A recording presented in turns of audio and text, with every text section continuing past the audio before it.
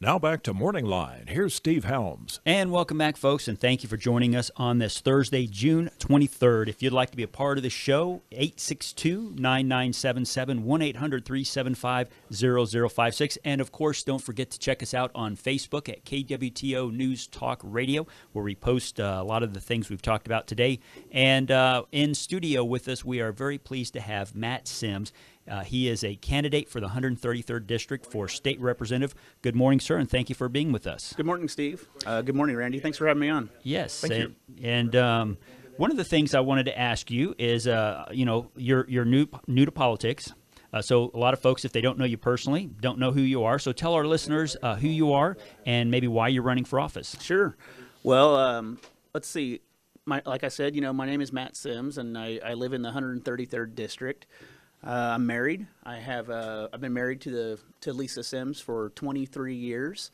Congratulations. High school sweetheart. Oh, yeah. So that was interesting. I have two children. My oldest son his name is Brandon. He's 22 years old. He lives in Rolla. And my daughter is Caitlin. She is almost 21 years old and lives in Kansas City, going to UMKC. Okay. Both of my kids went through the public schools here in Springfield. So when I was 17 years old, I joined the United States Air Force, and from there I was stationed as a heating and air conditioning mechanic, believe it or not, at McChord Air Force Base in Washington State. From there I went to Saudi Arabia, had a couple kids, and both my kids obviously, and at McChord Air Force Base. Went over to Saudi Arabia after that deployment, came back to McChord Air Force Base, and was reassigned to Okinawa, Japan. Lived in Okinawa, Japan for about three and a half years, and then was honorably discharged and actually medically retired from the Air Force, and then came back to Missouri, and attended Missouri State University and got a bachelor's degree in public administration. At the same time, my wife was going to Drury. When we graduated from there, we decided to go to law school together. Our kids were about 10, 11 years old. Packed them up and went to law school. Well, that certainly sounds like a challenge to be in law school and have two young children. It was an extreme challenge, to be honest with you. We went to William Mitchell College of Law in St. Paul, Minnesota, and the reason we did that was because my wife had family up there that could take the kids when we were studying for finals and stuff, So came back to Springfield and opened the Sims Law Firm here in Springfield. My wife and I have been doing that since we passed the bar exam. And then I also am a part owner in a company called the Deck Company of Northwest Arkansas. And I'm also a part owner in a company called the Ormsby Group, where we help people who have invention ideas come to market. So the big $64 question is, why are you running for a job that pays $32,000 a year, and you spend half your life up in Jeff City? Well, I know that taking on this challenge is going to be detrimental to the businesses that I already own. I know that. I'm going to make, the money that you make running or as a state representative is clearly not why I'm running for state rep.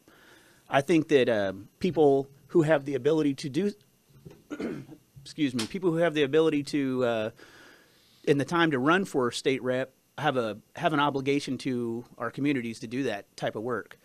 I think I can do good up there, and I think because I can do good, and I'm not looking for a lifelong political appointment. This isn't what I want to do with the rest of my life forever. This is what I want to do for maybe 8 years, and then I'll be done with that. I think it's our obligation as citizens of this community to try to make our communities better. Well, with that, we're going to take our break just a few minutes earlier, and when we get back, we're going to ask you what you've seen in the community when you've been knocking doors or getting around there, finding out what issues there are and what issues that you want to work on if you were to be elected as state representative.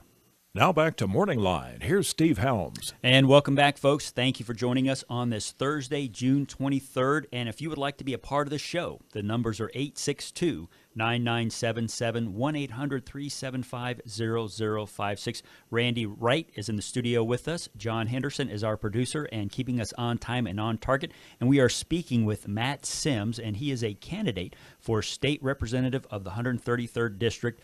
Sir, thank you again for joining us. And what are the issues or problems as you go around the district and talk to folks that you see, and then number two, the ones that you might want to advocate for in Jefferson City? Well, I think the issues around as I knock on doors are the same as you would expect from the federal election. Is the same problems that you see on television. Really, people I'm talking to are concerned about jobs for sure. They're concerned about the economy. Many of my constituents are concerned about infringements on the Second Amendment, and I think those two are the most prevalent. But one of the other things that I think is has caught my attention, and I think maybe caught me off guard was how many people I talk to that ask me about relationships between Republicans and Democrats. Do we have to be this divisive all the time? And so I think that's interesting. You watch TV or you listen or read in the media that everybody's just dissatisfied with each other, but I don't necessarily get that feeling when I talk to people at their doors. I think they're just really looking for somebody who will go up there and try to do a good job and be honest with what they're trying to do, and not really necessarily go up there and cause fights. There was an article George Will wrote, "Are we going to let Trump have the party?" And I think that kind of speaks to the partisanship that is prevalent, but shouldn't be. Shouldn't we be going up there and looking for solutions? And then solutions are found by understanding what the reality of the facts are. And I think most people forget the party and labels. If you see a problem, let's find a common solution. And when you talked about the economy, what are your ideas on getting jobs and fixing the economy? Well, I have two main focuses for jobs. One is we have to focus on existing small businesses in Missouri. These people have already put in their blood, sweat, and tears and a lot of their money into these businesses that they have made commitments to local communities with. Oftentimes they're overlooked. We instead spend state dollars trying to attract large businesses that sometimes we have no chance of getting into this community. Now, I'm not saying that we shouldn't try to attract large businesses to come to Missouri. We certainly should continue to do that. But we got to find ways to take the stranglehold off of these small businesses. And the strangleholds are regulations and taxes. Those strangleholds prevent small businesses from being able to employ new employees. I don't know an employer. I don't know one small business owner, friend of mine, that would not like to hire another employee. Everyone I know wants to hire another employee. It's not cheap to do that. You want to bring them into a company, and if you're like me, when I hire somebody, I take on their entire family. I make a obligation not only to the employee that I hire, but to their family. They're depending on what we're doing. You got to be able to pay them a good wage. You got to be able to offer some benefits, and all those things with taxes and workers' compensation and all these taxes that add up on top of it make it nearly impossible for small businesses to be able to hire new employees at the rate that they would like to be able to. When you talk about regulations, are there anything in particular about regulations that you see as being problematic? I think there's a lot of regulations that are problematic, and the truth is that regulations that prevent people from hiring new employees are different in each type of industry. So it may be regulations that require building modifications. It may be regulations that require certain types of benefit packages. There's all sorts of regulations that prevent businesses from being able to hire people, and I think honestly, I think a government that's not making regulations just to make regulations is a much better government. Randy, you had been on his website, I think, and something about education. Yes, I found it very curious, your approach to education, because you almost call the current education system cookie cutter. Expound a little on that.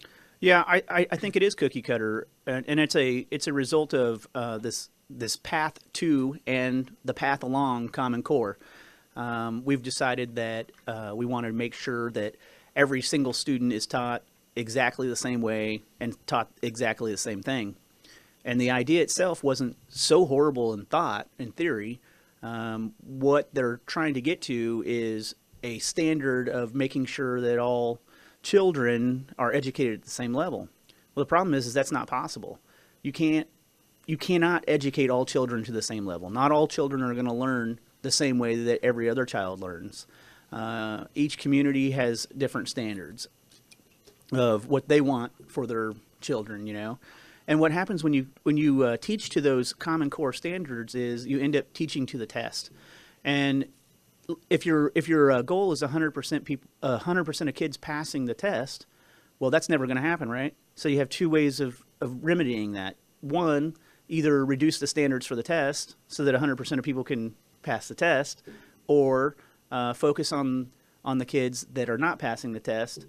And that's essentially what we've done. We've done both of those. We've lowered the standard, and we focus on the kids who can't, or who I shouldn't say can't, who have not achieved the standard that we desire. So that leaves many kids who should be excelling in school, sitting around twiddling their thumbs, basically.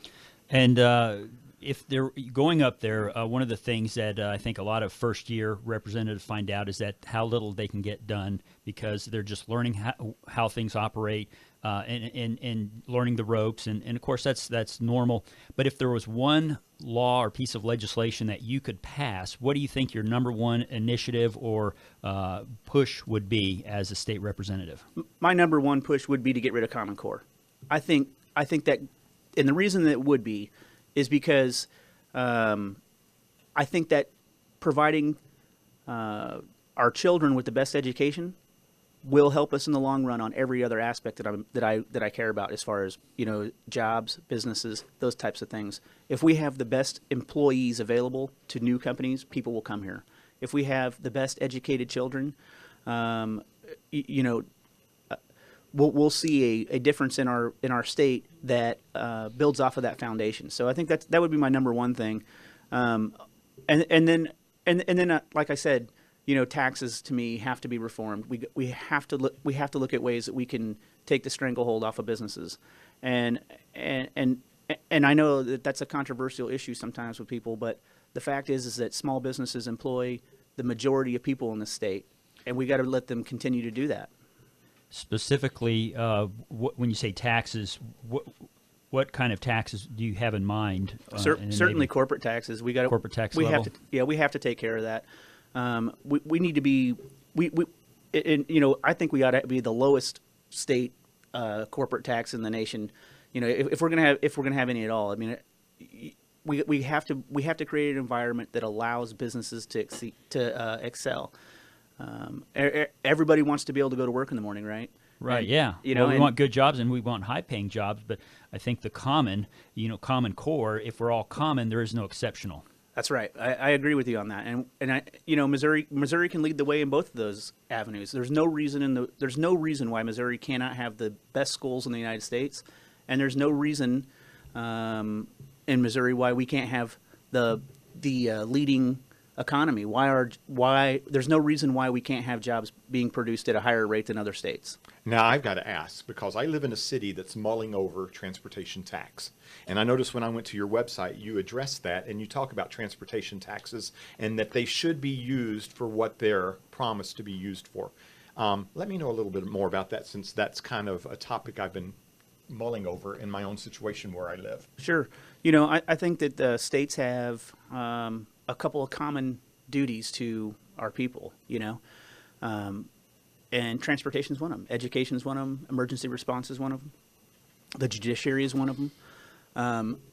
I think we should take a look at the way we spend our tax money in fully funding those areas before we fund all these special interest areas. You know, transportation is an important issue. It brings commerce to our state. It brings our products out of our state. It's very important. We shouldn't be setting money aside for one particular avenue of government. So transportation, for example, and then taking that same amount of money we just raised taxes for out of the general fund and not discontinuing funding transportation from the general fund. And so, in other words, you raise taxes $1 million, say, to help fund transportation, and then you reduce funding from the general fund by $1 million. What good did you do? None. You just fooled the people of Missouri is all you did. So what you're saying is, if there's a transportation tax, you should see an improvement in the roads and in the infrastructure that those taxes were supposed to be allocated to. Right. I think people in the state get upset when they do that. You know, good example we were talking about earlier was the lottery and school funding. People voted. People approved the lottery process in Missouri so that we could send more money to education. And the fact is that true, that money is coming to the school from the lottery, no doubt about it. And the lottery does a good job at that. But that same amount of money was reduced. The spending out of the general fund was reduced as a result. So really, the schools didn't get any better. They didn't get any more money. They just got money from a different source. We've got about 1 minute left. If you would, got any last thoughts to the listeners and voters out there, and then tell us where we could go or where folks could go to get more information about your campaign. Sure. I would just ask that the people of the 133rd vote for somebody with actual experience in life. You know, I've spent a lot of time in the military leading people. I've opened several businesses. I've hired people in this community. I know what it takes to do that. I understand the tax regulations that prevent people from hiring people. I've raised kids in this community. Both of my children went through the public schools here. I understand the failures of the public school, and I also understand how they want to help children too. If you would like to learn more about me, I think you go to electmattsims.com, or you could also look me up on Facebook. I have Matt Sims for Missouri State Rep on Facebook as well. Feel free to call me at my office at the Sims Law Firm. I'll talk to anyone. Well, Matt, thank you very much for coming in and spending some time with us. Thank you for having me. I appreciate it. You're very welcome. And that was Matt Sims, and he is a candidate for the 133rd District, and we have his, of course, his website is on our election 2016 show information page, and also just posted him on KWTO News Talk Radio Facebook page. And that means we are going to be taking a break, and we'll be right back after these messages.